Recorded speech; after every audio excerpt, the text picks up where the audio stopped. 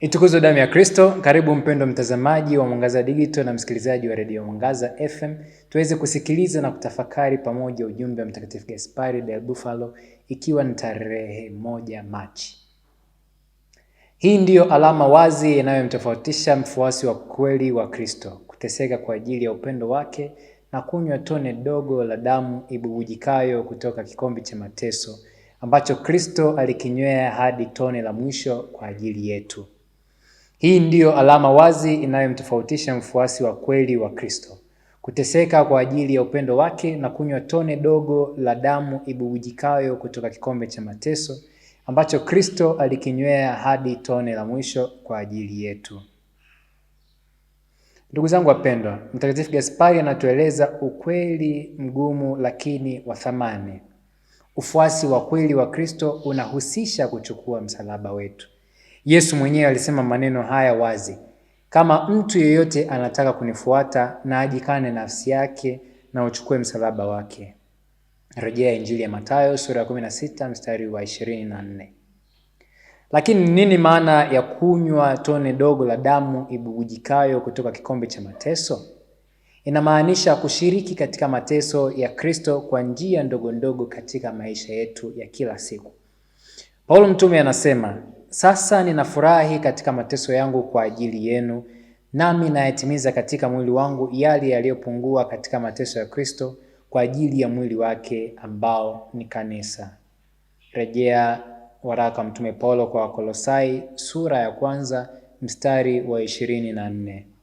Katekisimu ya Kanisa Katoliki namba 618 inafundisha kwamba Kristo Yesu aliyekuwa katika umbo la Mungu hakuhesabu utukufu wake kuwa ni kitu cha kushikamana nacho.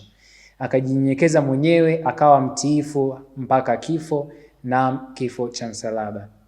Kifungu hiki kinatokana na barua ya mtume Paulo kwa Wafilipi sura ya 2 mstari wa 6 hadi wa 8.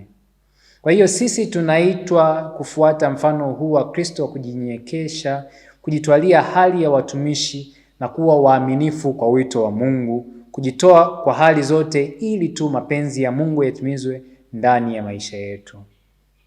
Mateso tunayopitia, iwe ni magonjwa, hali duni ya mali au kifedha, kukosa maelewano au hata dharau kwa sababu ya imani yetu, yanaweza kuwa chombo cha utakatifu ikiwa tutayatoa kwa Mungu. Hii ndiyo alama ya mfuasi wa kweli, sio kuepuka msalaba bali kuchukua kwa upendo. Leo kwa namna ya pekee kila mmoja wetu amombe Bwana Yesu akisema: Bwana Yesu, wewe ulikunywa kikombe cha mateso hadi tone la mwisho kwa ajili yangu. Nipe nguvu ya kukubali msalaba wangu wa kila siku. Nifundishe kuyafanya mateso yangu kuwa dhabihu ya upendo kwa ajili ya wokovu wa roho. Nisaidie kutambua kwamba kupitia mateso ninakukaribia wewe zaidi. Amina. Leo kuletea tafakari hii ni mimi Patrick Robert Mamseri wa shirika la wamisionari wa damu azizi ya Yesu kutoka nyumba ya malezi ya Mwenye Heri Yohane Merlini Miyuji.